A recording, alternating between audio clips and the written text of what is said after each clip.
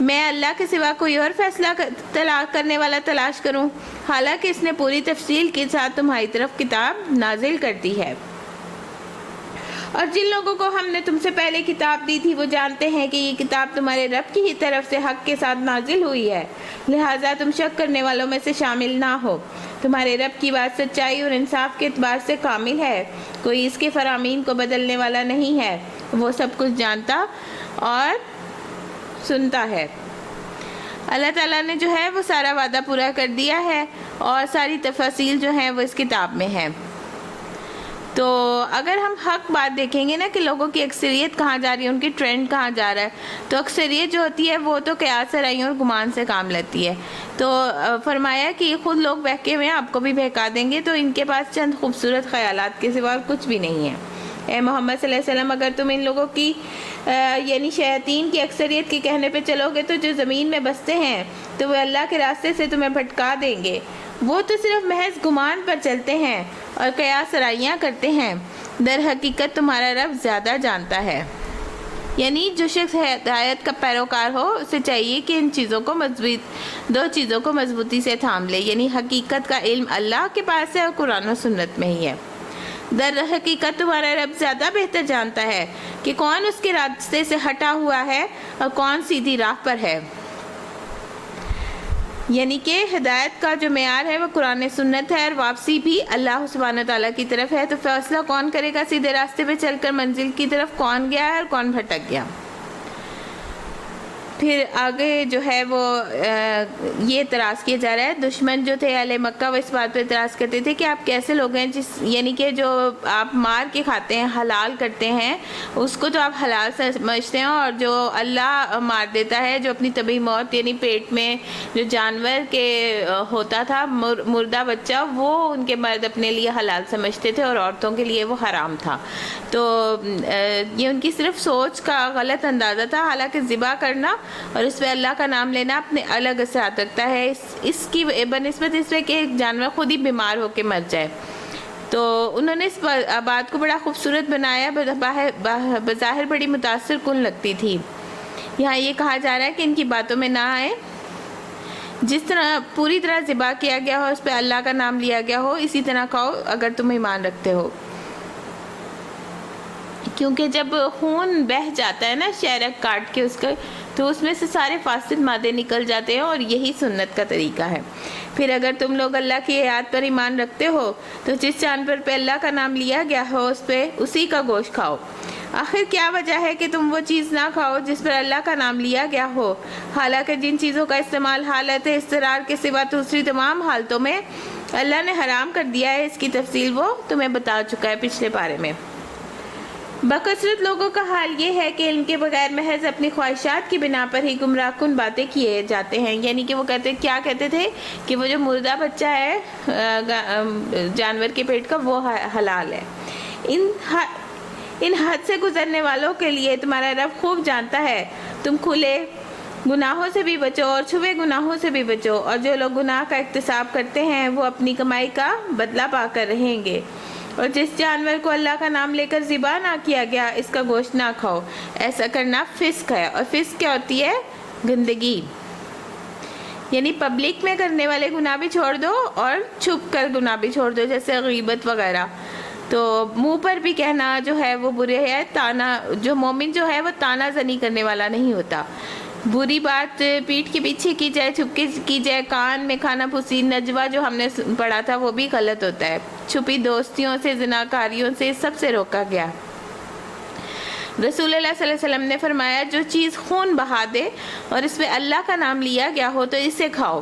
جس کے کھانے پر اللہ کا نام نہ لیا جائے، بتوں کا یعنی کہ نام لیا جائے یا غیر اللہ کا، تو اسے وہ ابلیس کا رزق ہوتا ہے۔ رسول اللہ صلی اللہ علیہ وسلم نے فرمایا کہ ابلیس نے کہا اے اللہ تو نے ساری مخلوق کا رزق واضح کر دیا، تو میرا رزق کہاں ہے؟ اللہ تعالیٰ نے فرمایا ہر وہ چیز جس پہ میرا نام نہ لیا جائے۔ اسی لیے کہتے ہیں کہ جب آپ کھانا کھاتے ہوئے بسم اللہ کے بغیر شروع کرتے ہیں تو شیطان آپ کے کھانے میں شریک ہو جاتا ہے، اور اس کھانے کی وہ طاقت و غذائیت نہیں ملتی جس کی آپ کو ضرورت ہوتی ہے۔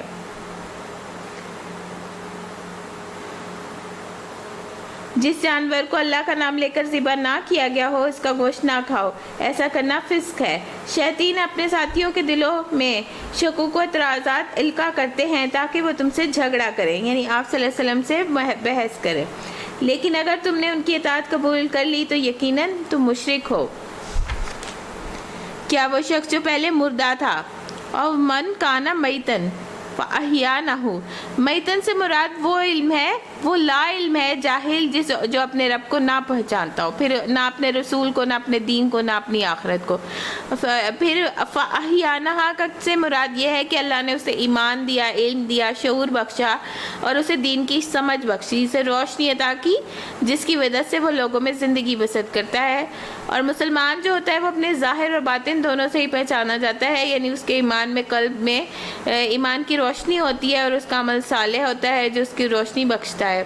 اور یعنی کہ ظلمات کیا ہے؟ کفر کے، جہالت کے اندھیرے سے، لاشعوری کے اندھیرے سے، ناسمجھی کے اندھیرے سے نکلنا قرآن کی روشنیوں میں۔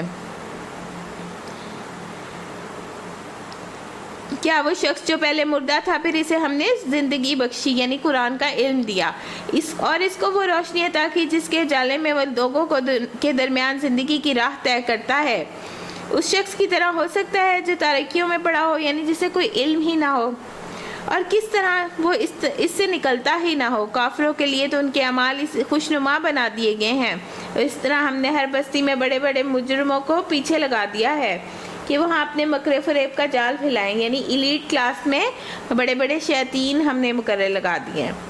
دراصل وہ اپنے فریب کے جال میں آپ ہی پھنستے ہیں مگر انہیں اس کا شعور ہی نہیں، یعنی خود بھی گمراہ ہوتے ہیں اور دوسروں کو بھی گناہوں پہ اصرار کرتے ہیں۔ جب ان کے سامنے کوئی آیت آتی ہے تو وہ کہتے ہیں ہم نہ مانیں گے جب تک وہ چیز خود ہم کو نہ دی جائے جو اللہ کے رسولوں کو دی گئی تھی۔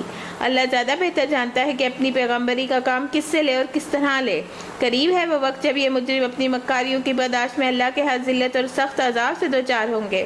بس یہ ہے حقیقت جسے اللہ ہدایت بخشنے کا ارادہ کرتا ہے اس کا سینہ اسلام کے لیے کھول دیتا ہے، یشرح صدرہ للاسلام، اور جسے گمراہی میں ڈالنے کا ارادہ کرتا ہے اس کے سینے کو تنگ کر دیتا ہے۔ ہدایت جو ہوتی ہے وہ دو طرح کی ہوتی ہے، ہدایت ارشاد اور ہدایت توفیقی۔ ہدایت ارشاد جو ہوتی ہے وہ تعلیم کی شکل میں ہوتی ہے جو کائنات کی نشانیوں کی شکل میں ہے، یہ سب انسانوں کے لیے برابر ہے، لیکن بہت سے لوگ اس ہدایت کو دیکھنے کے باوجود، پڑھنے کے باوجود، سننے کے باوجود، جاننے کے باوجود اس پہ عمل نہیں کرتے کیونکہ انہیں توفیق نہیں ہوتی۔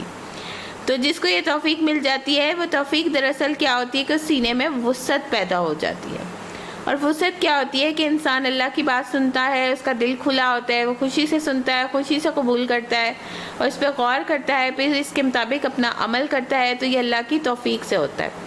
تو اللہ تعالیٰ کی، رسول اللہ صلی اللہ علیہ وسلم کی حدیث بھی ہے نا کہ جس کے ساتھ اللہ بھلائی کا ارادہ کرتا ہے اسے دین کی سمجھ دے دیتا ہے، اور جسے گمراہ کرنا چاہتا ہے اس کے سینے میں اتنی گھٹن پیدا کر دیتا ہے کہ وہ بڑی مشکل سے بلندی کی طرف چل رہا ہو۔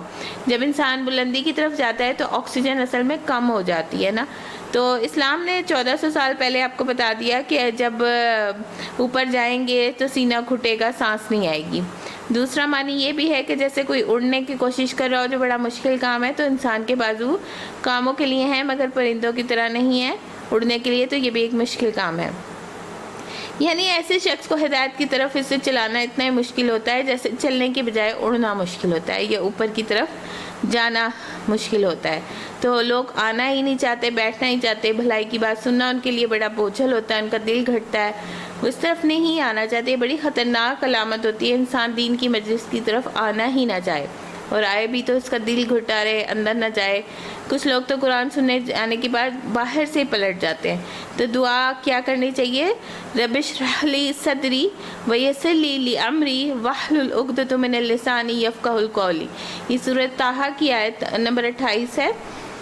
اور موسیٰ علیہ السلام نے سینے کی وسعت مانگی تھی تاکہ یہ ساری باتیں اندر آ جائیں اور جذب ہو جائیں، کیونکہ ان کی زبان میں لکنت تھی اور انہوں نے اپنے بھائی کو ساتھ میں مددگار بنایا تھا، تو فرعون کے دربار میں جانے کے لیے انہوں نے یہ دعا مانگی تھی۔ تو اللہ جس کے لیے بھلائی کا ارادہ کرتا ہے اس کے لیے سینہ کھول دیتا ہے۔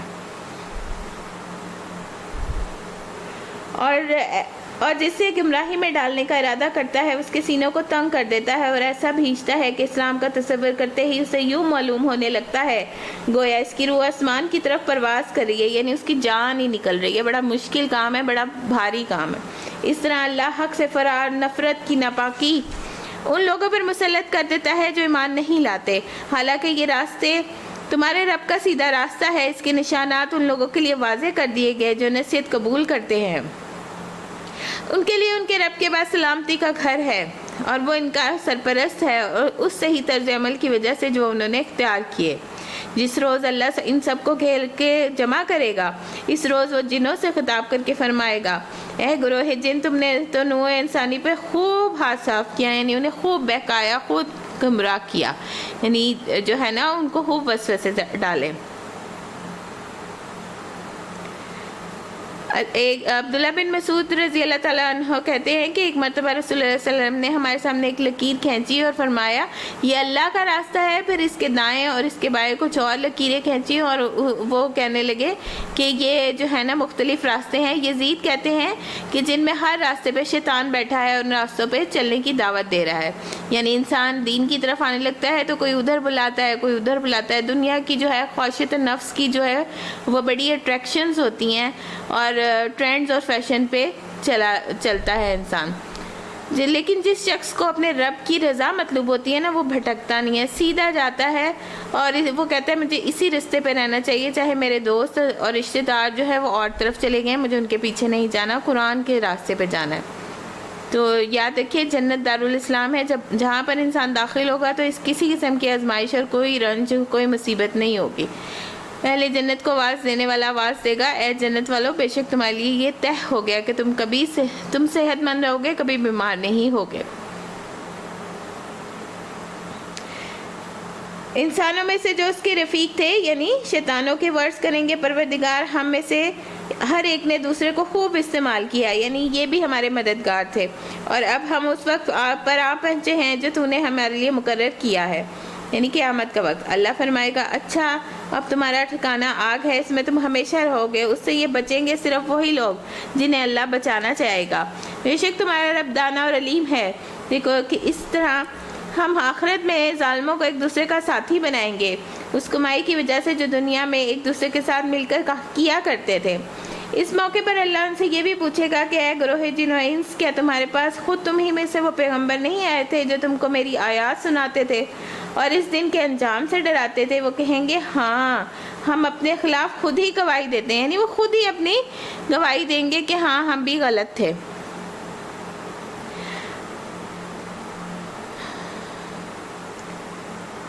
آج دنیا کی زندگی نے ان لوگوں کو دھوکے میں ڈال رکھا ہے، مگر اس وقت وہ خود اپنے خلاف گواہی دیں گے کہ وہ کافر تھے۔ یہ شہادت ان سے اس لیے لی جائے گی کہ یہ ثابت ہو جائے کہ تمہارا رب بستیوں کے ساتھ ظلم کے ساتھ تباہ کرنے والا نہ تھا، جبکہ اس کے باشندے حقیقت سے ناواقف تھے، یعنی اللہ کہیں پہ ایسے ہی عذاب نہیں بھیجتا جب تک کہ وہاں پہ وہ پورے کسی ڈرانے والے کو نہ بھیج دے۔ ہر شخص کا درجہ اس کے عمل کے لحاظ سے ہے، وَلِكُلِّ دَرَجَاتٍ مِّمَّا عَمَلُوا، یعنی جو کوئی عمل کرے گا اسے اسی طرح کا درجہ ملے گا، وہ وہی کمائی ملے گی۔ اور جو جنت ہے نا وہ دارالاسلام ہے، جہاں پہ انسان داخل نہیں ہوتا، وہاں پہ کوئی رنج اور کوئی مصیبت بھی نہیں ہوگی، اور وہاں پہ کیا آواز آئے گی کہ جو ہے تم مرو گے کبھی نہیں اور تم ہمیشہ زندہ رہو گے، یعنی جنتی جو ہے نا اس کو کبھی موت نہیں آئے گی۔ اور جنت میں کیا ہوگا؟ آرام ہی آرام ہوگا، اور دنیا میں آرام تلاش نہ کیا جائے گا، وہ آخرت میں جو ہے نا وہ آپ کو مل جائے گا۔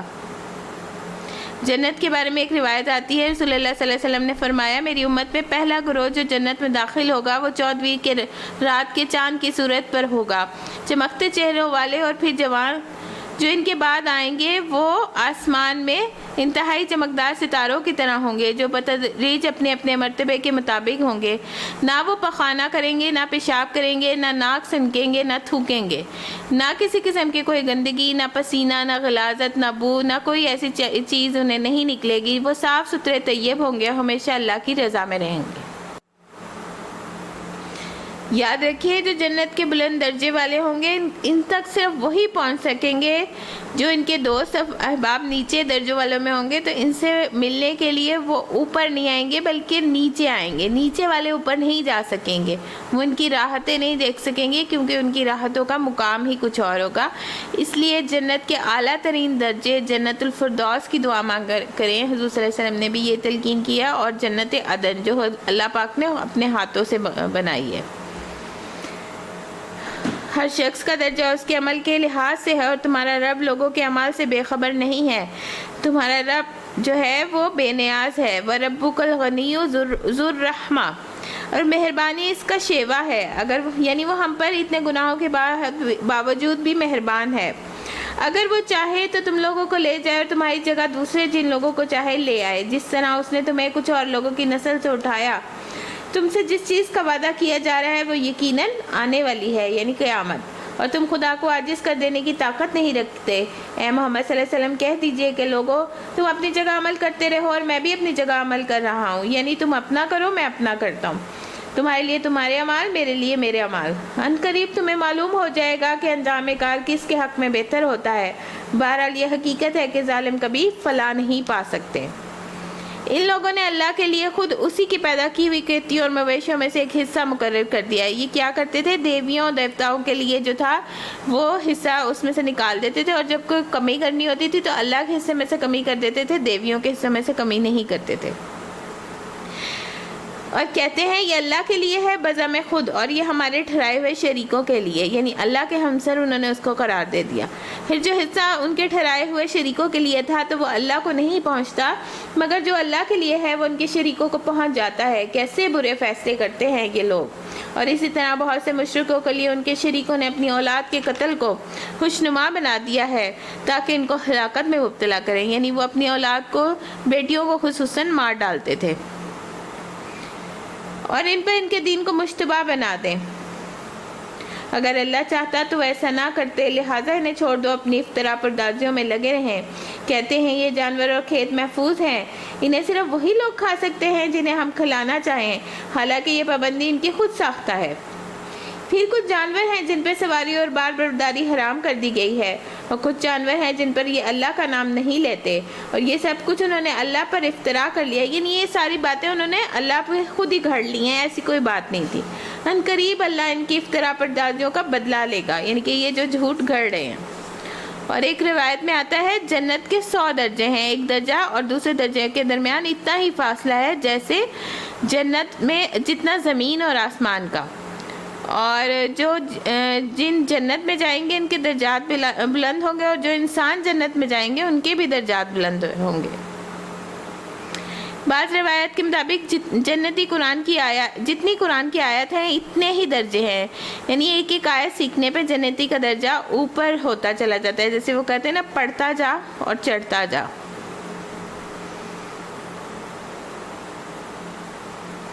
اور وہ کہتے ہیں کہ جو کچھ ان کے جانوروں کے پیٹ میں ہے یہ ہمارے مردوں کے لیے مخصوص ہے اور ہماری عورتوں پہ حرام، یعنی کہ وہ جو جانور اس کے پیٹ میں مر گیا ہے وہ حلال سمجھتے تھے، لیکن اگر وہ مردہ ہو تو دونوں اس کے کھانے میں شریک ہو سکتے ہیں۔ یہ باتیں جو وہ ہیں انہوں نے خود ہی گھڑ لی ہیں، اس کا بدلہ اللہ انہیں دے کر رہے گا، یقیناً وہ حکیم ہے، ان سب باتوں سے اس کی خبر ہے۔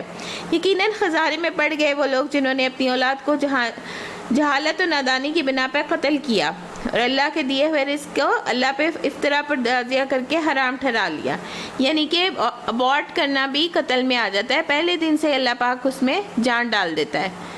تو ہر چیز کا جو آتا ہے نا کہ گاڑی ہوئی لڑکی بھی سوال کرے گی، تو یہ سارا کچھ اسی میں آ جاتا ہے۔ یقیناً وہ بھٹک گئے، وہ ہرگز راہ راست نہیں پانے والوں میں سے نہ تھے۔ وہ اللہ ہی ہے جس نے طرح طرح کے باغ اور تاکستان اور نخلستان پیدا کیے، کھیتیاں اگائیں جن سے قسم قسم کے معقولات حاصل ہوتے ہیں، زیتون اور انار کے درخت پیدا کیے جن کے پھل صورت میں مشابہ اور مزے میں مختلف ہوتے ہیں، کھاؤ ان کی پیداوار جبکہ یہ پھلے، اور اللہ کا حق ادا کرو جب اس کی فصل کاٹو، یعنی اللہ کے نام کا بھی حصہ نکال دو، اور حد سے نہ گزرو، حد سے گزرنا کیا ہوتا ہے؟ وَلَا تُسْرِفُوا إِنَّهُ لَا يُحِبُّ الْمُسْرِفِينَ، کہ یہ کیا کرتے تھے کہ بتوں کے نام پہ نظر کرتے تھے اور جو کچھ شریکوں کا حصہ ہوتا تھا وہ اللہ کے حصے میں شامل نہیں کرتے تھے، اور کبھی ایسا ہوتا تھا کہ اللہ کے حصے کے نام کی کمی کر دیتے تھے، وہ پوری نہیں کرتے تھے، اور بتوں کے حصے کی کمی جو ہوتی تھی وہ پیداوار جو ناقص ہوتی تھی تو یہ جانور مر جاتے تھے، تو اس صورت میں اللہ کا حصہ لے کر جو تھے نا وہ اس کمی کو پورا کر دیتے تھے، یعنی غریبوں کا حصہ بھی اپنی طرف کھینچ لیتے تھے۔ تو اللہ سے کہتا ہے کہ اس طرح مشرکوں کے لیے ہم نے ان کی اولاد کے قتل کو خوشنما بنا دیا تھا، وہ اپنے بچوں کو خود ہی ہلاک کرتے تھے، ان پہ دین کو مشتبہ بناتے، اور اللہ چاہتا ہے تو ایسے نہ کرتے۔ یہ ان کی من گھڑت باتیں تھیں، اور اس کو دین کہنا جو ہے وہ بدعت ہی ہے۔ نبی کریم صلی اللہ علیہ وسلم نے فرمایا صحابہ نے کبھی وہ کام کیے نہ صحابہ نے کبھی وہ کام کیے نہ ان کے بعد کی جنریشن نے کیے، تو یہ جو ہوتے ہیں نا یہ ساری باتیں خود سے ساختہ جو بنائی گئی ہوتی ہیں، اس کا کوئی دین سے تعلق نہیں ہوتا۔ اور زیتون اور انار کا جو ہے نا وہ خاص طور پہ قرآن میں بہت ذکر ہے، کیونکہ بہت فائدہ مند ہے اور اس میں غذا بھی ہے، شفا بھی ہے، اور یہ جنت کے پھلوں میں سے بھی پھل ہے۔ تو اللہ تعالیٰ کیا کہتا ہے کہ مصرفین کا کیا مطلب ہے، تصرفو کا، کہ اللہ کی نافرمانی کے کام میں خرچ نہ کرو۔ اسراف کیا ہوتا ہے؟ ایسی جگہ خرچ کرنا جہاں سے اللہ ناراض ہوتا ہو، مثلاً حقداروں کا حق ہی بھول جائے اور سارا مال اپنے اوپر ہی خرچ کر لے۔ اسراف کی بدترین قسم یہ ہے کہ ابن ابی حاتم روایت کرتے ہیں کہ اگر ابو قیس پہاڑ سونے کا بھی ہوتا اور کوئی آدمی اللہ کی اطاعت کے کاموں میں سارا پہاڑ خرچ کر دیتا تو یہ فضول خرچی نہ ہوتی، اور دین کے کاموں میں، لوگوں کی خدمت میں، خیر اور بھلائی کے کاموں میں جتنا کھلا خرچ کر سکیں تو وہ اتنا ہی کرتے جائیں۔ زیادہ خرچ کرنا فضول خرچی نہیں بلکہ اللہ کی نافرمانی اور ناپسندیدہ کاموں میں خرچ کرنا اسراف ہے۔ اور اگر کوئی ایک درہم بھی اللہ کی نافرمانی کے کاموں میں خرچ کرتا ہے نا تو وہ فضول خرچی ہوگی، اس نے اس مال کے ذریعے اللہ کا غضب حاصل کیا۔ اور کھانے پینے میں بھی اسراف عقل اور بدن کے لیے نقصان دہ ہوتا ہے، کیونکہ مومن جو ہے وہ ہوا رکھ کے کھاتا ہے، ایک حصہ کھاتا ہے، ایک پانی کے لیے ہوتا ہے، ایک ہوا کے لیے چھوڑ دیتا ہے۔ تو بہت سی چیزیں جو ہیں وہ ہم فضول وقت میں فضول کھاتے ہیں، تو اس سے کیا ہوتا ہے، وہ اسراف اپنی جان پہ خود ہی ظلم ہوتا ہے۔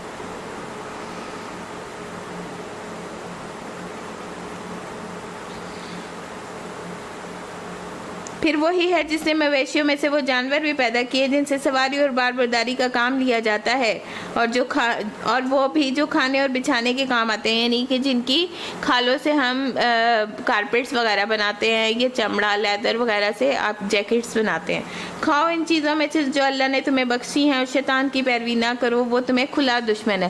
کیونکہ شیطان جو ہے وہ ڈرا رہا ہے نا کہ یہ مت خرچ کرو، تمہیں مفلسی سے ڈراتا ہے۔ یہ 8 نر و مادہ ہیں، 2 بھیڑ کی قسم سے، 2 بکری کی قسم سے۔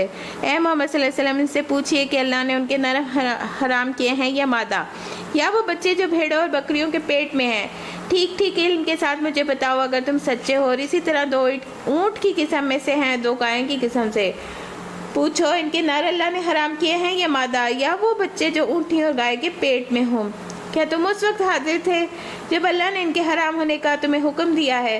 پھر اس شخص سے بڑھ کر ظالم اور کون ہوگا جو اللہ کی طرف سے منسوب کر کے جھوٹی بات کہے، یعنی یہ ساری باتیں کہہ دے کہ یہ حلال ہے، یہ حرام ہے، تاکہ علم کے بغیر لوگوں کی غلط رہنمائی کرے۔ یقیناً اللہ ایسے ظالموں کو راہ راست نہیں دکھاتا۔ اے محمد صلی اللہ علیہ وسلم ان سے کہیے کہ جو وہی میری طرف آئی ہے اس میں سے تو میں کوئی ایسی چیز نہیں پاتا جو کسی کھانے والے پہ حرام ہو۔ آپ صلی اللہ علیہ وسلم کے دین میں بہت آسانیاں پیدا کر دی گئی تھیں، بنی اسرائیل کے دین میں بہت ساری جو ہیں وہ مشکلات تھیں،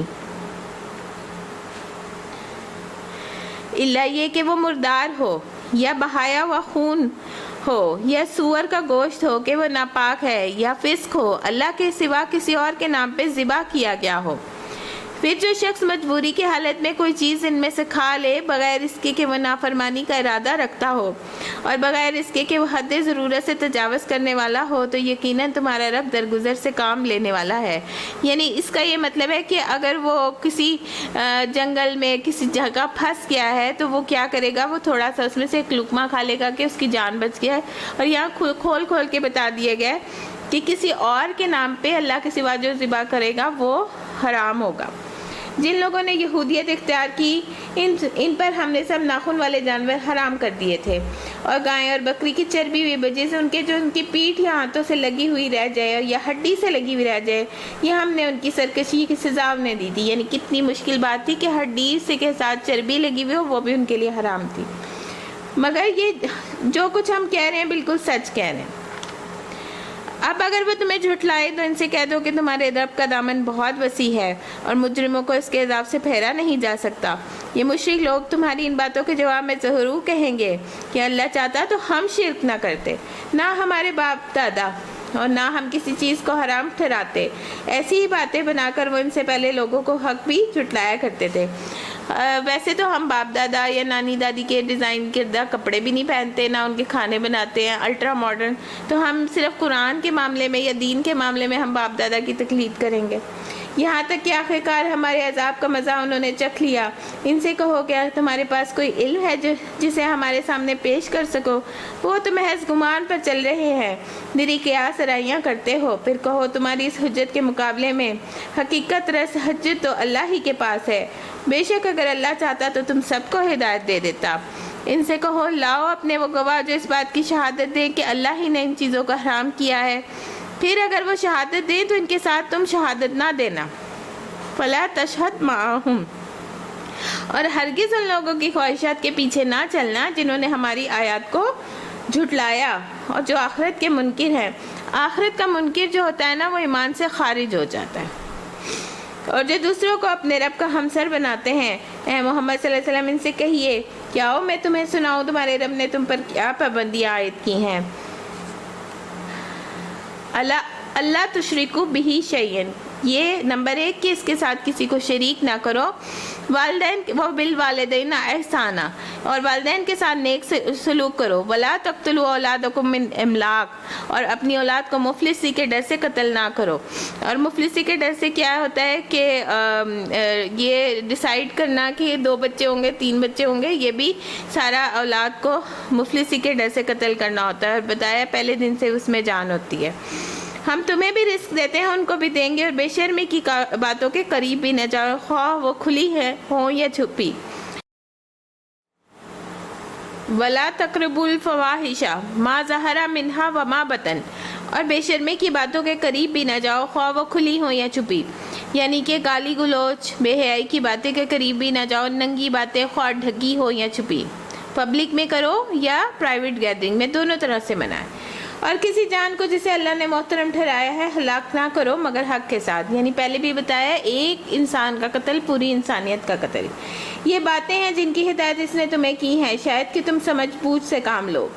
اور یہ کہ یتیم کے مال کے بالکل قریب نہ جاؤ مگر ایسے طریقے سے جو بہترین ہو، یہاں تک کہ وہ اپنے سنے رشد کو پہنچ جائے، یعنی اسے عقل آ جائے۔ اور ناپ تول میں پورا انصاف کرو، ہم ہر شخص پر ذمہ داری کو اتنا ہی بار رکھتے ہیں جتنا اس کے امکان میں ہے، مگر جب بات کہو تو انصاف کی کہو، خواہ معاملہ اپنے رشتہ دار ہی کا کیوں نہ ہو۔ اور اللہ کے عہد کو پورا کرو، اللہ کا عہد کیا ہے؟ لا الہ الا اللہ۔ اور توراۃ میں بھی یہی 10 کمانڈز تھے جو ان کی سب سے پہلے احکام آئے تھے۔ ان باتوں کی ہدایت اللہ نے تمہیں کی ہے، شاید کہ تم نصیحت قبول کرو۔ نیز اس کی ہدایت یہ ہے کہ میرا راستہ سیدھا ہے، لہٰذا تم اسی پر چلو اور دوسرے راستوں پر نہ چلو، بلکہ اس کے راستے سے ہٹا کر یہ تمہیں بھی پراگندہ کر دیں گے۔ یہ ہے وہ ہدایت جو تمہیں تمہارے رب نے کی ہے، شاید کہ تم خودروی سے بچ جاؤ۔ پھر ہم نے موسیٰ کو کتاب عطا کی جو بھلائی کی روش اختیار کرنے والے انسان پر نعمت کی تکمیل اور ہر ضروری چیز کی تفصیل اور سراسر ہدایت اور رحمت تھی، ہدن و رحمہ۔ اور یہ اس لیے کہ بنی اسرائیل کو دی گئی تھی کہ شاید وہ اپنے رب کی ملاقات پر ایمان لائیں، اور اسی طرح یہ کتاب ہم نے نازل کی ہے، یہ ایک برکت والی کتاب ہے، بس تم اس کی پیروی کرو، تقویٰ کی روش اختیار کرو، بعید نہیں کہ تم پر رحم کیا جائے، لعلکم ترحمون۔ اب تم یہ نہیں کہہ سکتے کہ کتاب تو ہم سے پہلے کے 2 گروہوں کو دی گئی تھی اور ہم کو کچھ پتہ نہیں تھا کہ وہ کیا پڑھتے پڑھاتے تھے، اور اب تو تم یہ بہانہ بھی نہیں بنا سکتے کہ اگر ہم پہ کتاب نازل کی گئی ہوتی تو ہم ان سے زیادہ راست رو ثابت ہوتے۔ تمہارے پاس تمہارے رب کی طرف سے ایک دلیل روشن اور ہدایت اور رحمت آ گئی ہے، اب ان سے بڑھ کر ظالم اور کون ہوگا جو اللہ کی آیات کو جھٹلائے اور ان سے منہ موڑے۔ جو لوگ ہماری آیات سے منہ موڑتے ہیں انہیں سرو گردانی کی پاداش میں ہم بدترین سزا دے کر رہیں گے۔ اور کیا اب یہ لوگ اس کے منتظر ہیں کہ ان کے سامنے فرشتے آ کھڑے ہوں، یا تمہارا رب خود آ جائے، یا تمہارے رب کی بات سری نشانیاں نمودار ہو جائیں جو قیامت کی نشانیاں ہیں؟ جس روز تمہارے رب کی بعد مخصوص نشانیاں نمودار ہو جائیں گی، اور وہ کیا نشانیاں ہیں کہ جو ہے دابت فی الارض نکلے گا، زمین میں ایک ایسا جانور جو کلام کرے گا، پھر وہ دجال آئے گا، زمین کا دھسنا، مشرق کی طرف سے دھواں نکلنا، یہ ساری قیامت کی نشانیاں ہیں۔ پھر کسی ایسے شخص کو اس کے ایمان کچھ فائدہ نہ دے گا جو اس سے پہلے ایمان نہ لایا ہو، جس نے اپنے ایمان میں کوئی بھلائی نہ کمائی ہو۔ اے محمد صلی اللہ علیہ وسلم سے کہہ دیجئے، اچھا تم انتظار کرو، ہم بھی انتظار کرتے ہیں۔ اور رسول اللہ صلی اللہ علیہ وسلم نے فرمایا، جان لو ان قریب ایسا وقت آنے والا ہے کہ کسی شخص کو میری کوئی حدیث پہنچے گی اور وہ تکیہ لگائے ہوئے کاؤچ پہ یعنی کہ بیٹھا ہوگا، اور وہ کہے گا ہمارے اور تمہارے درمیان اللہ کی کتاب ہی کافی ہے، بس جو کچھ ہم اس میں حلال پائیں گے اسے حلال سمجھیں گے، اور جو حرام پائیں گے ہم اسے حرام سمجھیں گے، یعنی کہ وہ منکرین حدیث ہو جائیں گے۔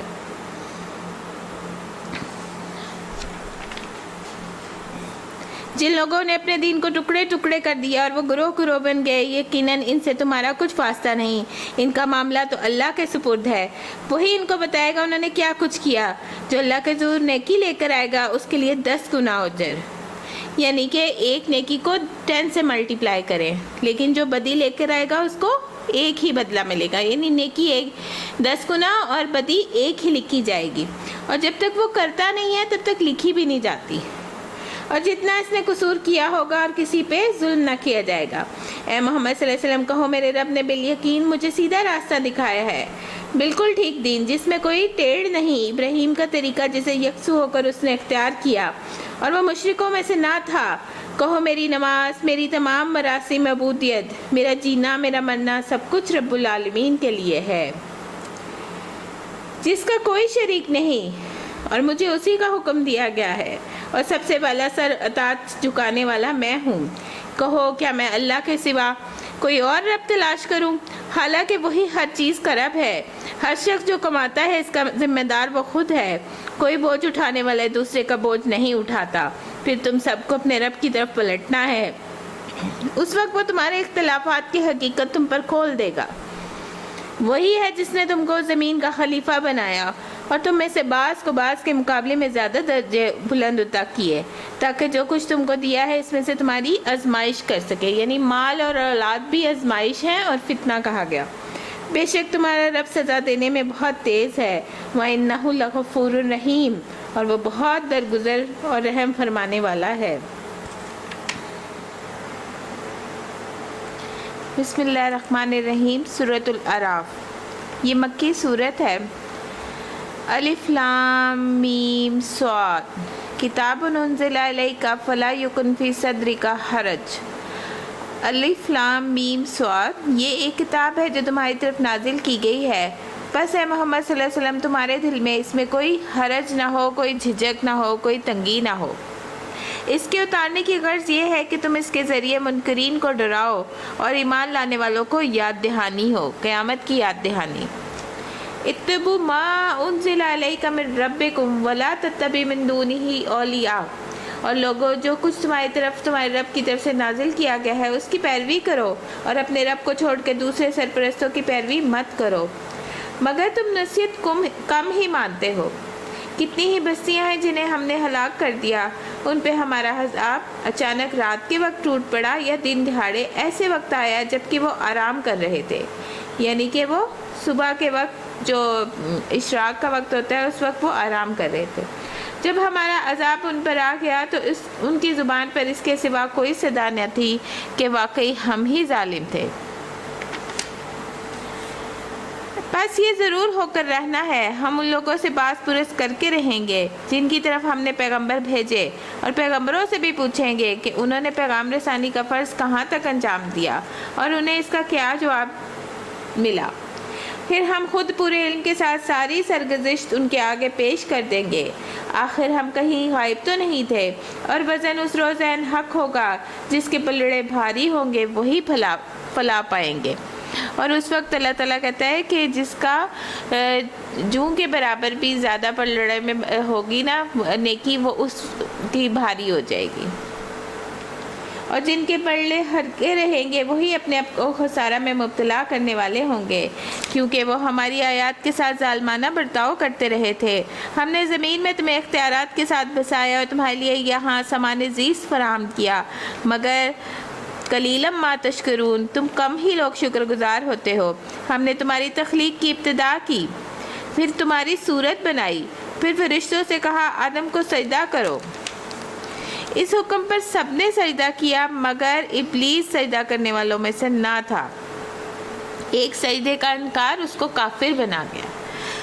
قالا ما منعک الا تسجد، پوچھا کہ تجھے کس چیز نے سجدہ کرنے سے روکا جبکہ میں نے تجھے حکم دیا تھا؟ بولا انا خیر منہ، میں اس سے بہتر ہوں۔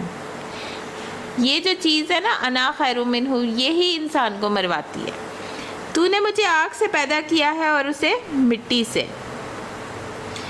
فرمایا اچھا تو یہاں سے نیچے اتر، تجھے حق نہیں یہاں بڑائی کا گھمنڈ کر کے نکل جا، در حقیقت تو ان لوگوں میں سے ہے جو خود ہی اپنی ذلت چاہتے ہیں۔ بولا مجھے اس دن تک مہلت دے دے جب تک کہ یہ سب دوبارہ اٹھائے جائیں گے، یعنی اس دن سے جو ہے نا وہ زندہ ہے، مرا نہیں ہے۔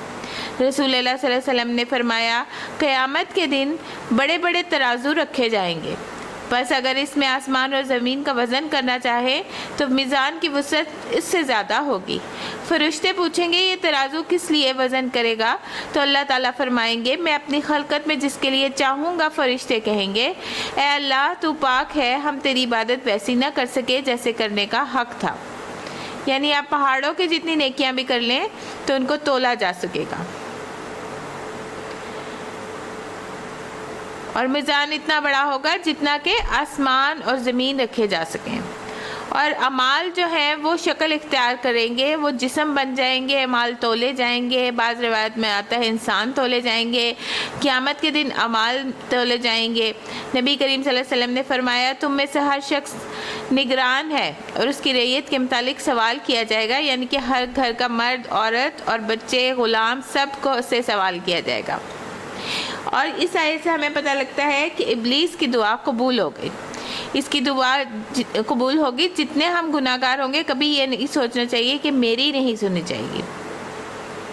جب کوئی شخص مسلمان ہوتا ہے تو اسلام کے ہر راستے پہ شیطان بیٹھتا ہے، تو وہ کہتا ہے اس سے کیا تم اپنے آباء و اجداد کے دین کو چھوڑ دو گے؟ ابن آدم اس کی بات نہیں مانتا، اسلام قبول کر لیتا ہے، پھر ہجرت کے راستے پہ بیٹھ جاتا ہے تو کہتا ہے تم اپنے آبائی علاقے کو چھوڑ دو گے، لیکن وہ اس کی بات نہیں مانتا، ہجرت کر جاتا ہے، پھر وہ جہاد کے راستے پہ بیٹھ جاتا ہے۔ پوچھتا ہے کیا تم جہاد کرنے جا رہے ہو یا تو نفس اور مال کے بارے میں مشقت میں پڑنا ہے؟ تم لڑو گے تو قتل کر دیے جاؤ گے، تمہاری بیوی اس سے نکاح کر لیا جائے گا، تمہارا مال تقسیم کر دیا جائے گا، یعنی اس کو مرنے سے ڈراتا ہے۔ لیکن وہ اس کی بات نہیں مانتا، جہاد کرتا ہے۔ تو رسول اللہ صلی اللہ علیہ وسلم نے فرمایا جس نے شیطان کے ساتھ ایسا کیا تو اللہ عز و جل پر حق ہے کہ وہ اسے جنت میں داخل کرے گا، اور جو قتل کیا گیا تو اللہ عز و جل پر حق ہے کہ وہ اسے جنت میں داخل کرے۔ ان بڑے بڑے اعمال کی مثال دے کر یہ بتایا گیا کہ انسان مسلمان ہو بھی جاتا ہے تب بھی ابلیس ہر رستے پہ بیٹھا رہتا ہے۔ ہر نیکی کا کام جب آپ کام کرنے لگتے ہیں تو وہ دل میں وسوسے ڈالتا رہتا ہے اور پیچھے ہٹتا رہتا ہے، اور ان وسوسوں سے بچنے کے لیے ہمیں حفاظت کی دعائیں پڑھنی چاہیے۔ اس نے کہا مجھے مہلت دے دے جبکہ یہ سب دوبارہ اٹھائے جائیں گے، یعنی اس دن سے شیطان مرا نہیں، زندہ ہے۔ فرمایا تجھے مہلت ہے؟ بولا اچھا تو جس طرح تو نے مجھے گمراہی میں مبتلا کیا۔ دیکھیں اللہ پر الزام لگا رہا ہے، حالانکہ وہ تو خود گمراہ ہو گیا تھا۔ میں اب بھی تیری سیدھی راہ پہ انسانوں کے گھات میں لگا رہوں گا، آگے اور پیچھے، دائیں اور بائیں سے، اور ہر طرف سے ان کو گھیروں گا، اور تو ان میں سے اکثر کو شکر گزار نہ پائے گا۔ اوپر سے نہیں کہہ سکا تھا، نہ نیچے سے، کیونکہ اسے پتا تھا اوپر اللہ ہے۔ فرمایا نکل جا یہاں سے ذلیل اور ٹھکرایا ہوا، یقین رکھ ان میں سے جو تیری پیروی کریں گے تجھ سمیت میں ان سب کو جہنم میں بھر دوں گا، اور اے آدم تو اور تیری بیوی دونوں اس جنت میں رہو جہاں جس چیز کو تمہارا جی چاہے، مگر اس درخت کے پاس نہ پھٹکنا ورنہ تم ظالموں میں سے ہو جاؤ گے۔ پھر شیطان نے ان کو بہکا دیا، پھسلا دیا، اور اس لیے پھسلایا تھا کہ ان کی شرمگاہیں جو ایک دوسرے سے چھپائی گئی تھیں ان کے سامنے کھول دے۔ ان سے کہنے لگا کہ تم ہمیشہ کی یہاں جنت میں رہ جاؤ گے، لیکن جنت میں تو آزمائش کے طور پہ، ٹیسٹ کے طور پہ رکھا گیا تھا۔ اور ابلیس نے کہا اللہ عز و جل کی قسم میں بنی آدم کو اس وقت تک گمراہ کروں گا جب تک ان کے جسم میں روح ہے۔ ابن عباس کہتے ہیں اس نے یہ نہیں کہا کہ میں اوپر سے آؤں گا، کیونکہ اس کو پتا تھا کہ اوپر اللہ ہے۔ ابلیس دو راستے بھول گیا تھا، اوپر کا اور نیچے کا۔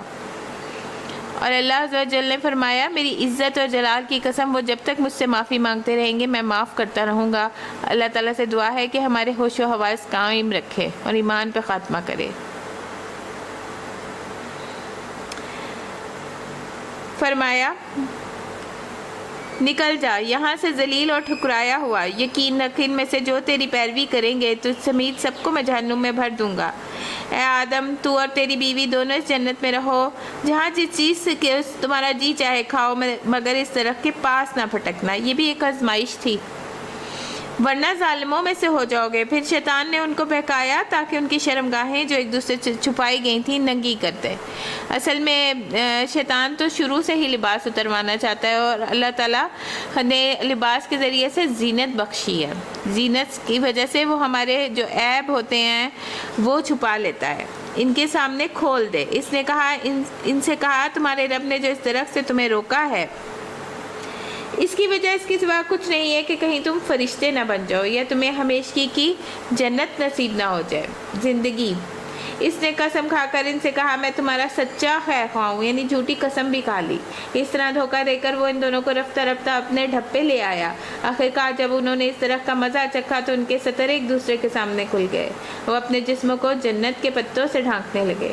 تب اس کے رب نے انہیں پکار کے کہا کیا میں تمہیں اس درخت سے روکا نہ تھا اور یہ نہ کہا تھا کہ شیطان تمہارا کھلا دشمن ہے؟ ایک سجدے کا انکار کافر میں نہ کیا اور ایک لقمہ جو تھا وہ جنت سے نکلوا دیا۔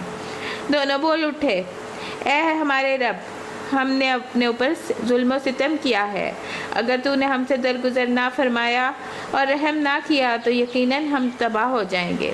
ربنا ظلمنا انفسنا وَإِن لَّمْ تَغْفِرْ لَنَا وَتَرْحَمْنَا لَنَكُونَنَّ مِنَ الْخَاسِرِينَ۔ لباس کے کیا مقاصد ہوتے ہیں؟ وہ ستر کو بھی ڈھانپتا ہے اور خوبصورتی بھی۔ لباس اللہ کی نشانیوں میں سے ایک نشانی ہے،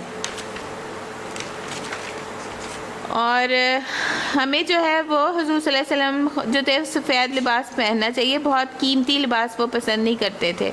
تو نماز کے لیے کہا بھی کہ ابن آدم اس طرح کرے کہ وہ نماز کے لیے علیحدہ سے رکھے، کیونکہ تاکہ دوسروں کو جو ہے وہ آزاری نہ ہو۔ اور عورتوں کو جو ہے وہ سی تھرو لباس نہیں پہننا چاہیے جس سے نماز میں مسئلے مسائل ہوں۔ نبی کریم صلی اللہ علیہ وسلم نے فرمایا جہنمیوں کی دو قسمیں میں نے ابھی تک نہیں دیکھی، یعنی آپ کے زمانے میں یہ لوگ نہیں تھے۔ ایک وہ جن کے بیل کے دموں جیسے کوڑے ہوں گے، یعنی وہ لوگوں کو ماریں گے، یعنی ظالم حکمران۔ اور دوسرے وہ کپڑے جو پہننے کے بعد عورتیں ننگی ہوں گی، مائل ہونے والی، دوسروں کو مائل کرنے والی، ان کے سر بختی اونٹ کے کوہان کی طرح ہوں گے، یعنی سر پیچھے سے انہوں نے بیک کومنگ کی ہوئی ہوگی۔ خاص طور پہ ہیئر سٹائل کی بات ہے، ایسی عورتیں جنت میں داخل نہیں ہوں گی، نہ ہی اس کی خوشبو پائیں گی، حالانکہ اس کی خوشبو تو لمبے فاصلے سے آتی ہے۔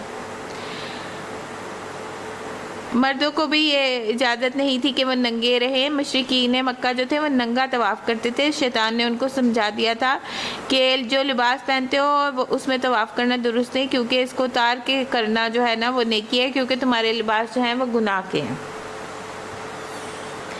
اے اولاد آدم ہم نے تم پر فرمایا اتر جاؤ، تم ایک دوسرے کے دشمن ہو، تم ایک خاص مدت تک زمین میں ہی جائے قرار اور زمانے زیست ہے۔ فرمایا وہیں تم کو جینا اور مرنا ہے، اسی میں سے تم کو آخر کار نکالا جائے گا۔ اے اولاد آدم ہم نے تم پر لباس نازل کیا تاکہ تمہارے جسم کے قابل شرم حصوں کو ڈھانک دے اور تمہارے لیے جسم کی حفاظت اور زینت کا ذریعہ بھی ہو۔ اور لباس، بہترین لباس کیا ہے؟ تقوی کا لباس، وہ لباس تقوی۔ اور یہ اللہ کی نشانیوں میں سے ایک نشانی ہے، شاید کہ لوگ اس سے سبق لیں۔ اے بنی آدم ایسا نہ ہو کہ شیطان پھر تمہیں اسی فتنے میں مبتلا کر دے جس طرح اس نے تمہارے والدین کو جنت سے نکلوا دیا تھا۔ اور ان کے لباس ان پر سے اتروا دیے تھے تاکہ ان کی شرمگاہیں ایک دوسرے کے سامنے کھول دے، اور وہ اس کے ساتھی تمہیں ایسی جگہ سے دیکھتے ہیں، یعنی واش روم سے اور ایسے درختوں سے، تو ایسی جگہ پہ حفاظت کی دعائیں اور واش روم جانے کی بھی دعائیں پڑھ کے جانی چاہیے۔ ایسی جگہ سے دیکھتے ہیں جہاں سے تم انہیں نہیں دیکھ سکتے۔ ان شیاطین کو ہم نے ان لوگوں کا سرپرست بنا دیا ہے جو ایمان نہیں لاتے، یعنی مشرکین کے یہ سرپرست ہیں۔ اچھا، مردوں کو تو جو ہے نا وہ زینت، کپڑے اور مسواک مراد ہے، خوشبو مراد ہے، لیکن عورتوں کو مسجد میں خوشبو لگا کے آنے سے منع کیا گیا کہ مردوں کی عبادت میں خلل نہ پڑے۔ اور جمعے کے دن خاص طور پہ ہر اچھی چیز کا اہتمام کرنا چاہیے، نہانا، اچھا لباس پہننا، مسواک کرنا، خوشبو لگانا، ناخن یا بال کا ترشنا، اور اپنے جو ہے وہ صفائی کی ضرورت ہے۔ صاف ستھرے فریش ہو کر مسجد میں آنا، یہی اس حکم کا تقاضا ہے۔ رسول اللہ صلی اللہ علیہ وسلم نے فرمایا، تم میں سے جب کوئی نماز پڑھے تو وہ دو کپڑے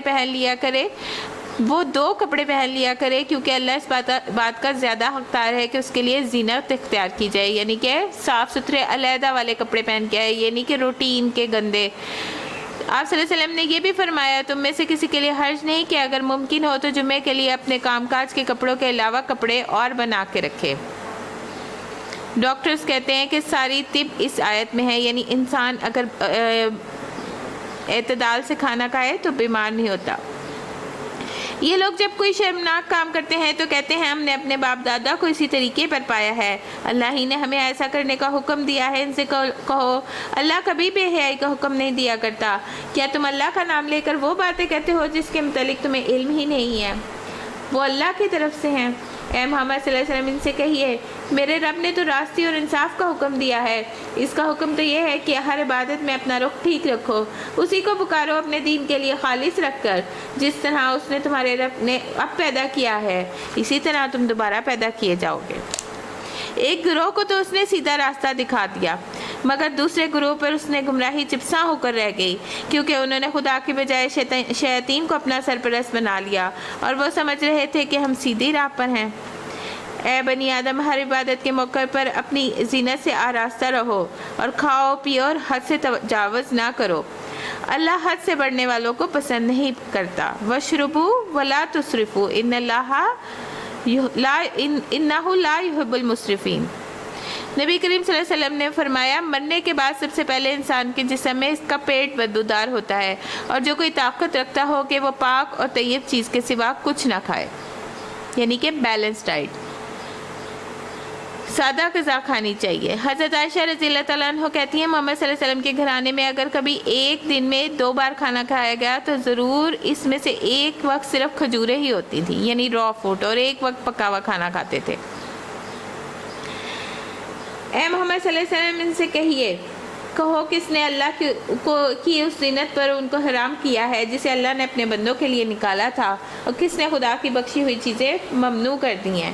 اس سے کیا مراد ہے؟ وہ جو لباس اتار کے ننگے کر رہے تھے، تو اللہ کہتا ہے کپڑے تو میں نے تمہارے لیے زینت بنایا تھا، تو لباس زینت ہے تو اس کو اختیار کرو۔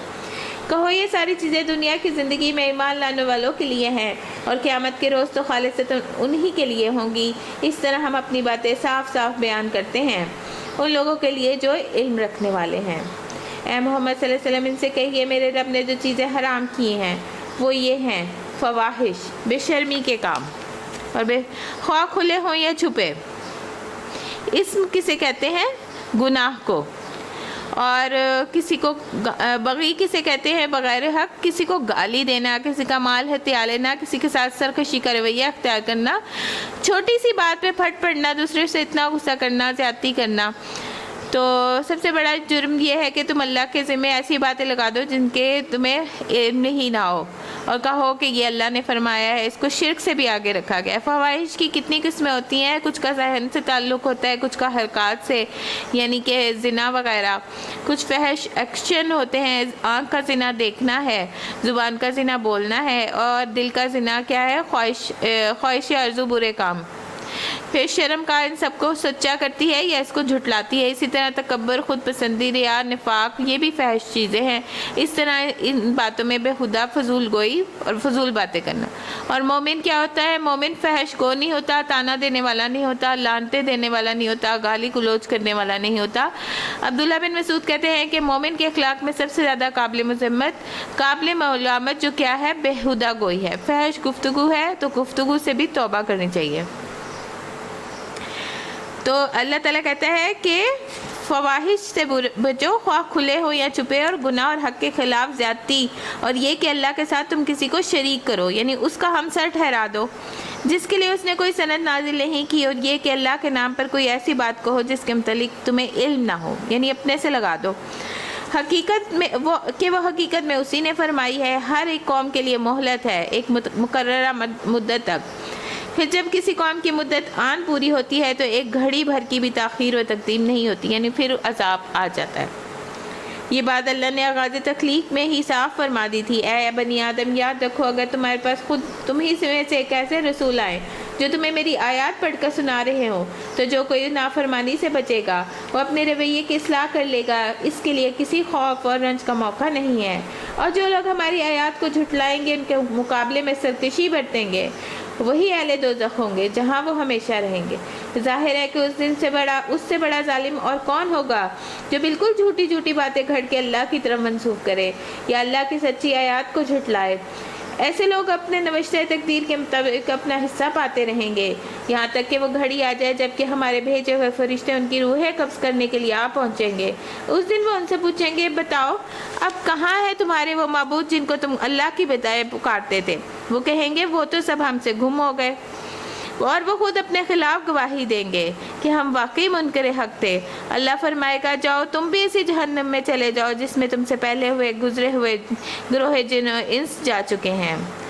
ہر گروہ جب جہنم میں داخل ہوگا تو وہ اپنے سے پہلی جماعت پہ لعنت کرتا ہوا داخل ہوگا، حتیٰ کہ جب وہ سب وہاں جمع ہو جائیں گے تو ہر بعد میں آنے والا گروہ پہلے گروہ کے حق میں کہے گا، اے رب، یہ لوگ تھے جنہوں نے ہمیں گمراہ کیا، لہٰذا انہیں آگ کا دوہرا عذاب دے. جواب میں ارشاد ہوگا، ہر ایک کے لیے ہی دوہرا عذاب ہے مگر تم نہیں جانتے. اور پہلا گروہ دوسرے گروہ سے کہے گا، پہلا گروہ دوسرے گروہ سے کہے گا، اگر ہم قابل الزام تھے تو تمہیں کو ہم پر کون سی فضیلت حاصل تھی؟ اب اپنی کمائی کے نتیجے میں عذاب کا مزہ چکھو. یقین جانو جن لوگوں نے ہماری آیات کو جھٹلایا ان کے مقابلے میں سرکشی کی ہے، ان کے لیے آسمان کے دروازے ہرگز نہ کھولے جائیں گے، اور ان کا جنت میں جانا اتنا ہی ناممکن ہے جتنا سوئی کے ناکے سے اونٹ کا گزرنا، یعنی یہ بالکل ناممکن سی بات ہے. مجرموں کو ہمارے ہاں ایسا ہی بدلہ ملا کرتا ہے. استغفر اللہ. ان کے لیے تو جہنم کا بچھونا، یعنی جہنم کا بستر، جہنم کی رضائی اور جہنم ہی کا اوڑھنا ہوگا. یہ ہے وہ جزا جو ہم ظالموں کو دیا کرتے ہیں. استغفر اللہ. بخلاف اس کے جن لوگوں نے ہماری آیات کو مان لیا اور اچھے کام کیے، اور اس باب میں ہم ہر ایک کو اس کی استطاعت کے مطابق ہی ذمہ دار ٹھہراتے ہیں، اور وہ اہل جنت جہاں وہ ہمیشہ رہیں گے. اور ان کے دلوں میں جو ایک دوسرے کے خلاف قدورت ہوگی، غل کا لفظ آیا ہے، ہم ان کے دلوں سے کیا کریں گے؟ نکال لیں گے. وَنَزَعْنَا مَا فِي صُدُورِهِم مِّنَ الْغِلِّ. ایمان والوں کے لیے بھی کہ دل میں ایک دوسرے سے آگے بڑھ جانے کی، سب کر لے جانے کی ہلکا سا ہوتا ہے، غل ہوتی ہے، تو وہ اللہ پاک کنترا کے مقام پہ جو پل صراط سے گزر کے مقام آئے گا وہاں پہ وہ ساری جو ہے نا قدورت نکال لیں گے. اور جنت کی اصل خوبصورتی ہی یہی ہے کہ وہاں دل صاف ہوں گے.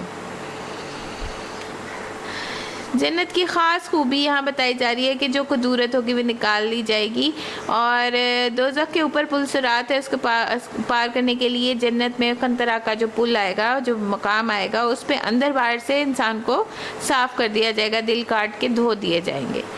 اور میدان حشر کی سختیوں کو ختم کر کے جب جنت میں داخل کیا جائے گا، جس پہ یہیں پہ اعراف کا بھی ذکر آتا ہے، جس پہ نیک اعمال اللہ کی توفیق سے ملتے ہیں. تو اعراف والے کون ہیں؟ یہ بھی آگے ذکر آنے ہیں. تو جنت والے کو جو ہے نا صاف کر دیا جائے گا، اور ان کی ہم غل جو ہے وہ دل سے نکال لیں گے، اور جنت کی کیا ہے، اس کے نیچے نہریں بہتی ہوں گی، اور وہ کہیں گے الحمدللہ الذی ہدانا لہذا، تعریف اس خدا کے لیے ہے جس نے ہمیں یہ راستہ دکھایا، وہ ہم خود راہ راست نہ پا سکتے تھے اگر اللہ ہماری رہنمائی نہ کرتا۔ ہمارے رب کے بھیجے ہوئے رسول واقعی حق لے کر آئے تھے۔ اس وقت ندا آئے گی، یہ جنت جس کے تم وارث بنائے گئے ہو تمہیں ان اعمال کے بدلے میں ملی ہے جو تم کرتے رہے ہو۔ پھر یہ جنت کے لوگ دوزخ والوں سے پکار کر کہیں گے، ہم نے ان سارے وعدوں کو ٹھیک پا لیا جو ہمارے رب نے ہم سے کیے تھے، کیا تم نے بھی اپنے وعدوں کو ٹھیک پایا جو تمہارے رب نے تم سے کیے تھے؟ وہ جواب دیں گے ہاں۔ تب ایک پکارنے والا ان کی پکار کے درمیان پکارے گا، خدا کی لعنت ان ظالموں پر جو اللہ کے راستے سے لوگوں کو روکتے اور اسے ٹیڑھا کرنا چاہتے تھے، وہ آخرت کے منکر تھے۔ ان دونوں گروہوں کے درمیان ایک اوٹ حائل ہو جائے گی، یعنی وہ ان کو نہیں دیکھ سکیں گے، جس کی بلندیاں اعراف پر کچھ اور لوگ ہوں گے۔ اعراف پر کون لوگ ہوں گے؟ جن کے نیک اعمال اور برے اعمال برابر ہوں گے۔ حدیث میں آتا ہے کہ اگر کسی کے جو کے انڈے کے برابر بھی عمل زیادہ ہوگا تو اسے جنت میں داخل کر دیا جائے گا۔ وہاں چھوٹی چھوٹی نیکیوں کی بھی بڑی قدر آئے گی، یعنی کہ کھجور کا آدھا ٹکڑا دینا بھی جہنم سے بچا لیتا ہے۔ تو وہاں اس سے پتہ لگتا ہے جب گناہ کی کثرت ہو جائے تو پانی پلانے کو لازم کر لینا چاہیے۔ اس آیت کی اس بات کی دلیل ہے کہ پانی پلانا افضل عمل ہے۔ ابن عباس سے پوچھا گیا رضی اللہ تعالیٰ عنہ سے کہ کون سے عمل افضل ہیں، تو انہوں نے کہا پانی پلانا۔ کیا آپ نے جہنمیوں کو نہیں دیکھا جب وہ اہل جنت سے فریاد کریں گے کہ ہم پر پانی ڈال دو؟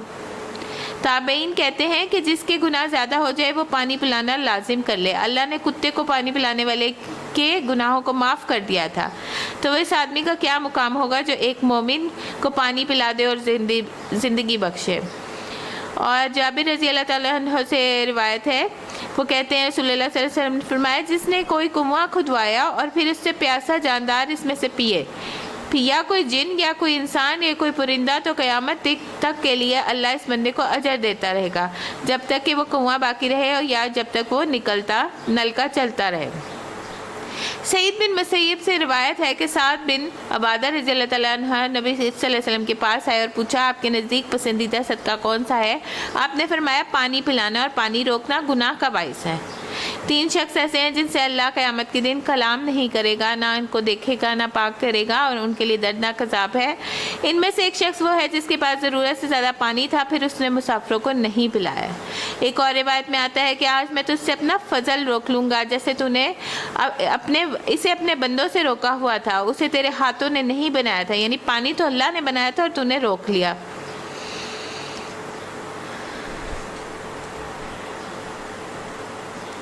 اور جنت والوں سے پکار کر کہیں گے،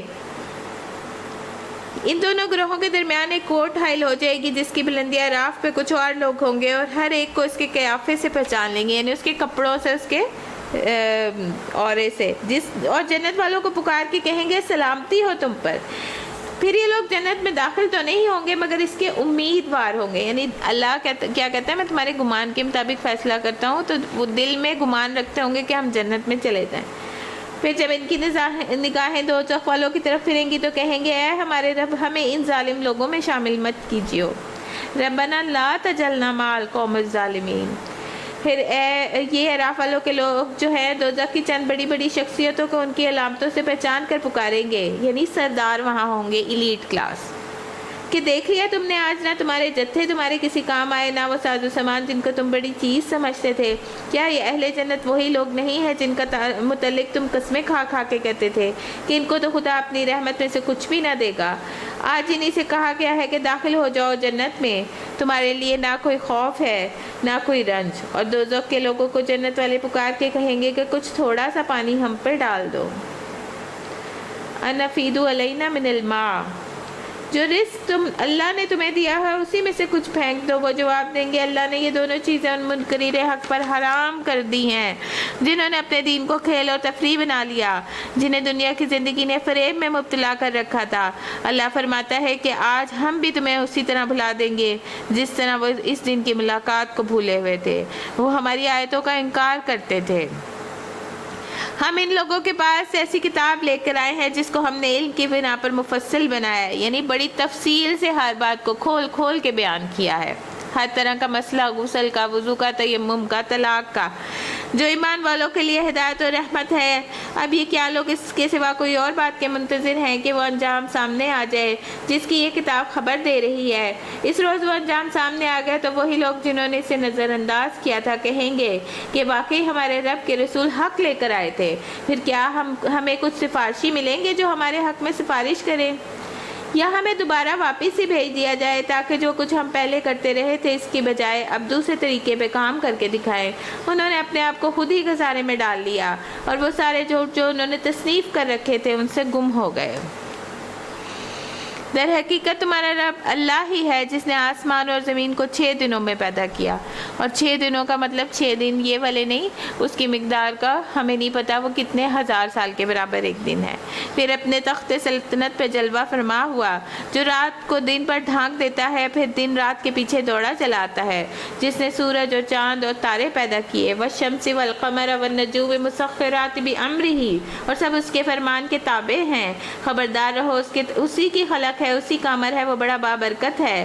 اللہ سارے جہانوں کا مالک پروردگار ہے، اپنے رب کو گڑ گڑا کے پکارو۔ ادعوا ربکم تضرعا، اور تضرع کا مطلب کیا ہوتا ہے؟ ذلت اور عاجزی اختیار کرنا، اپنے گناہوں کا اقرار کرتے ہوئے دعا مانگنا، اور خفیہ کا مطلب ہے کہ چھپ چھپ کے جو ہے دعائیں مانگنا، چھپ چھپ کے رونا، کیونکہ ریاکاری کرنے والوں کو اللہ پسند نہیں کرتا۔ حسن بن عابی حسن کہتے ہیں ہم نے ایسے لوگوں کا زمانہ پایا جس زمین پہ عمل کرنے والے جب اپنے عمل کو چھپانے کی قدرت رکھتے تھے تو وہ اپنے عمل کو کبھی ظاہر نہیں کرتے تھے، دعاؤں میں بہت محنت کرتے تھے لیکن ان کی آواز نہیں سنتا تھا۔ یہ ان کے اور ان کے رب کے درمیان سرگوشیاں ہوتی تھیں، دل ہی دل میں پکارو، چپکے چپکے گڑ گڑا کے پکارو، رو رو کے پکارو، چپ کر کے پکارو کہ آپ کے اپنے رب سے 101 کنیکشن ہو۔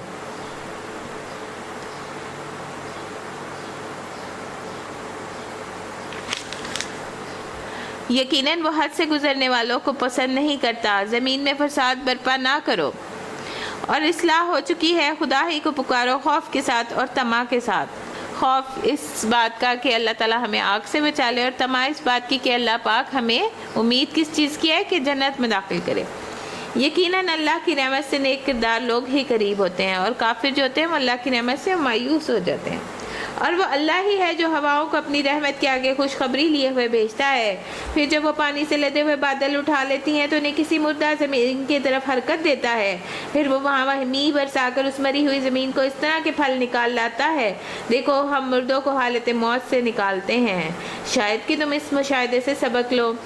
اور جو زمین اچھی ہوتی ہے وہ اپنے رب کے حکم سے خوب پھول جاتی ہے۔ اس سے 2 معنی ہیں، ایک تو یہ سیدھا سیدھا پھل وغیرہ لاتے ہیں، اور ایک یہ کہ جو دل اچھا ہوتا ہے اس پہ احکام الہی اثر کرتے ہیں تو اللہ اسے اپنے لیے چن لیتا ہے، اور جو زمین خراب ہوتی ہے یعنی جو دل منکر ہوتے ہیں ان پہ اللہ تعالیٰ کی بات اثر نہیں کرتی، اس سے ناقص پیداوار کے سوا کچھ نہیں نکلتا۔ اس طرح ہم اپنی نشانیوں کو بار بار پیش کرتے ہیں ان کے لیے جو شکر گزار ہیں۔ لقوم یشکرون۔ اب نوح کا قصہ۔ ہم نے نوح علیہ السلام کی طرف اس کی قوم کی طرف بھیجا۔ اس نے کہا اے برادران قوم اعبدوا اللہ ما لکم من الہ غیرہ، اس کے سوا اللہ کی بندگی کرو، اس کے سوا تمہارا کوئی خدا نہیں ہے، میں تمہارے حق میں ایک ہولناک دن کے عذاب سے ڈرتا ہوں۔ اس کی قوم کے سرداروں نے جواب دیا ہم کو تو یہ نظر آتا ہے کہ تم سری گمراہی میں مبتلا ہو، یعنی کہ ان کو ہی جھٹلا دیا، انہوں نے 950 سال جو تھی وہ تبلیغ کی تھی۔ نوح علیہ السلام نے کہا اے برادران قوم میں کسی گمراہی میں نہیں پڑا بلکہ میں رب العالمین کا رسول ہوں، رسول من الرب العالمین، اور یہ سارے رسولوں کا ایک ہی پیغام ہے، تو میں اپنے رب کی طرف سے پیغامات پہنچاتا ہوں، تمہارا خیر خواہ ہوں، مجھے اللہ کی طرف سے وہ کچھ معلوم ہے جو تمہیں معلوم نہیں۔ کیا تمہیں اس بات پہ تعجب ہوا کہ تمہارے پاس خود تمہاری ایک قوم کے آدمی کے ذریعے تمہارے رب کی یاد دہانی آئی تاکہ تمہیں خبردار کر دے، تم غلط روی سے بچ جاؤ اور تم پر رحم کیا جائے، مگر انہوں نے اس کو جھٹلا دیا۔ آخر ہم نے اسے اور اس کے ساتھیوں کو ایک کشتی میں نجات دلائی اور ان کو ڈبو دیا جنہوں نے ہماری آیات کو جھٹلایا تھا۔ اور ہوا کیا تھا کہ وہ تبلیغ کر کے جو تھے وہ اتنے تنگ پڑ گئے تھے کہ انہوں نے خود ہی دعا کی تھی کہ اللہ پاک مجھے ان سے نجات دے دے، اور اللہ پاک نے اتنا زیادہ طوفان بھیجا تھا، اتنا زیادہ پانی کا طوفان تھا کہ سمندر اتنا ہر جگہ پانی میں ڈوب گئی تھی کہ وہ پھر اللہ پاک نے ان کو جو ایمان والے لوگ تھے ان کو نجات دلائی تھی اور ان لوگوں کو ڈبو دیا جنہوں نے ہماری آیات کو جھٹلایا تھا۔ یقیناً وہ اندھے لوگ تھے، اور عاد کی طرف ہم نے ان کے بھائی ہود کو بھیجا۔ اس نے کہا، اے برادران قوم، اللہ کی بندگی کرو، اس کے سوا تمہارا کوئی خدا نہیں، پھر کیا تم غلط روی سے پرہیز نہ کرو گے؟ افلا تتقون۔ قال الملأ الذین کفروا من قومہ، اس کے قوم کے سرداروں نے کہا جو اس کی بات ماننے سے انکار کر رہے تھے، جواب میں کہا، ہم تو تمہیں بے عقلی میں مبتلا سمجھتے ہیں، ہمیں گمان ہے تم جھوٹے ہو۔ اس نے کہا، برادران قوم، میں بے عقلی میں مبتلا نہیں، بلکہ میں تو رب العالمین کا رسول ہوں، تم کو اپنے رب کے پیغامات پہنچاتا ہوں، تمہارا ایسا خیر خواہ ہوں جس پہ بھروسہ کیا جا سکے۔ کیا تمہیں اس بات پہ تعجب ہوا کہ تمہارے پاس خود تمہاری اپنی ایک قوم کا آدمی کے ذریعے سے تمہارے رب کی یاد دہانی آئی تاکہ وہ تمہیں خبردار کر دے؟ بھول نہ جاؤ کہ تمہارے رب نے نوح کے بعد تم کو اس کا جانشین بنایا ہے، تمہیں خوب تنومند کیا، بڑے اونچے لمبے لوگ تھے اور پہاڑوں میں گھر بناتے تھے تراش کے۔ پس اللہ کی قدرت کے کرشموں کو یاد رکھو، امید ہے کہ فلاح پاؤ گے۔ انہوں نے جواب دیا، کیا تو ہمارے پاس اس لیے آیا ہے کہ ہم اکیلے اللہ ہی کی عبادت کریں، یعنی اپنی دیوی دیوتاؤں کو چھوڑ دیں اور انہیں چھوڑ دیں جن کی عبادت ہمارے باپ دادا کرتے آئے ہیں؟ یہ ساری باتیں حضور صلی اللہ علیہ وسلم کو اس لیے بتائی جا رہی ہیں پچھلی قوموں کی، پچھلے نبیوں کی، کیونکہ آپ صلی اللہ علیہ وسلم کے دل کو تسلی ہو کہ آپ کو ہی نہیں جھٹلایا جا رہا، پچھلے لوگوں کو بھی جھٹلایا جاتا تھا۔ دنیا کے معاملات میں تو بڑے ہم ایڈوانس ہو گئے ہیں، لیکن جب دین کی بات آتی ہے تو ہم باپ دادا ہی کی تقلید کیے جاتے ہیں۔ اچھا تو لے آ وہ عذاب جس کی تو ہمیں دھمکی دیتا ہے، اگر تو سچا ہے۔ اس نے کہا، تمہارے رب کی پھٹکار پڑ گئی، اس کا غضب ٹوٹ پڑا۔ کیا تم مجھ سے ان ناموں پر جھگڑتے ہو جو تم نے اور تمہارے باپ دادا نے رکھ لیے ہیں، جن کے لیے اللہ نے کوئی سند نازل نہیں کی؟ اچھا تم بھی انتظار کرو اور میں بھی انتظار کرتا ہوں تمہارے ساتھ۔ آخرکار ہم نے اپنی مہربانی سے ہود اور اس کے ساتھیوں کو بچا لیا اور ان لوگوں کی جڑ کاٹ دی جو ہماری آیات کو جھٹلا چکے تھے، کیونکہ وہ ایمان لانے والے نہ تھے۔ اور سمود کی طرف ہم نے ان کے بھائی صالح کو بھیجا۔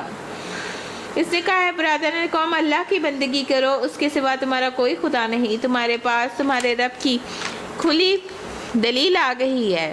انہوں نے معجزہ مانگا تھا کہ ہمیں کوئی معجزہ دکھائیں، تو اللہ پاک نے پہاڑ سے ایک بڑی سی اونٹنی نکالی تھی اور وہ ایز اٹ از سالم نکلی تھی، یعنی کہ پیدا نہیں ہوئی تھی، چھوٹی سے بڑی نہیں ہوئی تھی، بڑی ہی نکلی تھی اور وہ سارا پانی پی جاتی تھی۔ جو ان کا یہی مسئلہ تھا، تو وہ اس وجہ سے جو تھا، ایک ان کے شیطان آدمی نے کہا کہ اس کی کونچے کاٹ دو، یعنی کہ اس کے پیروں کے پاس سے جو تھی وہ رگیں کاٹ دی تھی، جس سے وہ مر گئی تھی۔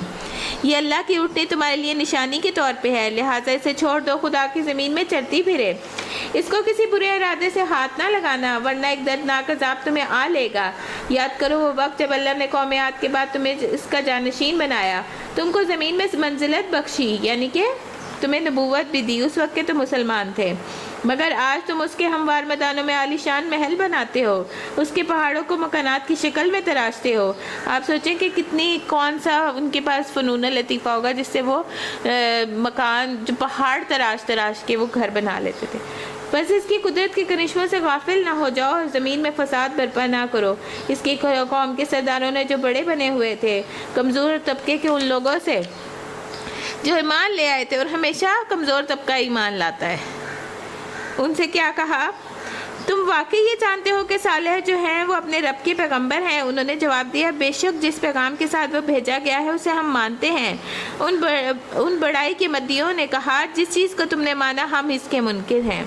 پھر انہوں نے اس اونٹنی کو مار ڈالا اور پورے تمرد کے ساتھ اپنے رب کے حق کی خلاف ورزی کر گزرے، اور صالح سے کہہ دیا، لے آ وہ عذاب جس کی تو ہمیں دھمکی دیتا ہے، اگر تو واقعی پیغمبروں میں سے ہے۔ آخر ایک دہلا دینے والی آفت نے انہیں آ لیا اور وہ اپنے گھروں میں اوندھے کے اوندھے پڑے کے پڑے رہ گئے۔ اور صالح علیہ السلام یہ کہتے ہوئے نکل گئے، اے میری قوم، میں نے اپنے رب کا پیغام تمہیں پہنچا دیا اور میں نے تیری بہت خیر خواہی کی، مگر میں کیا کروں، تجھے اپنے خیر خواہ پسند ہی نہیں۔ اور لوط علیہ السلام کی طرف ہم نے پیغمبر بنا کے بھیجا۔ لوط علیہ السلام جو ہیں وہ حضرت ابراہیم کے بھتیجے تھے، اور وہ اس بستی میں تعین تھے، تو وہاں پہ جو تھا یہ لوگ بد فعلی کرتے تھے مردوں کے ساتھ، پھر یاد کرو جب اس نے اپنی قوم سے کہا کہ تم ایسے بے حیا ہو گئے ہو، وہ فحش کام کرتے ہو جو تم سے پہلے دنیا میں کسی نے نہیں کیا، تم عورتوں کو چھوڑ کے مردوں سے اپنی خواہش پوری کرتے ہو، حقیقت یہ ہے کہ تم بالکل ہی حد سے گزر جانے والے ہو۔ مگر اس کی قوم کا جواب اس کے سوا کچھ نہ تھا کہ نکالو ان لوگوں کو جو اپنی پستیوں سے جو بڑے پاک باز بنتے ہیں۔ آخرکار ہم نے لوط کو اور اس کے گھر والوں کو بجز اس کی بیوی کو جو پیچھے رہ جانے والوں میں سے تھی، یعنی کہ بیوی کی ساری ہمدردیاں جو تھیں وہ اپنی قوم کے ساتھ تھیں، وہ اس کے فعل کو برا نہیں سمجھتی تھی، اور جب فرشتے آئے تھے تب اسی نے ان کو خبر دی تھی کہ بڑے خوبصورت لڑکے آئے ہیں ہمارے گھر، بچا کر نکال دیا، اور اس قوم پر برسائی ایک بارش، یعنی پتھروں کی بارش ہوئی تھی، مٹی کے بنے ہوئے پتھر تھے اور سب پہ نشان تھا، سب کا نام لکھا ہوا تھا۔ پھر دیکھو کیف کان عاقبۃ المجرمین، کہ ان مجرموں کا انجام کیا ہوا۔ اور مدین کی طرف ان کے بھائی ہم نے شعیب کو بھیجا۔ بھائی اس لیے کہا گیا کہ ہر نبی جو ہوتا ہے وہ دوسرے نبی کا بھائی ہوتا ہے، انبیاء ایک دوسرے کے بھائی ہوتے ہیں۔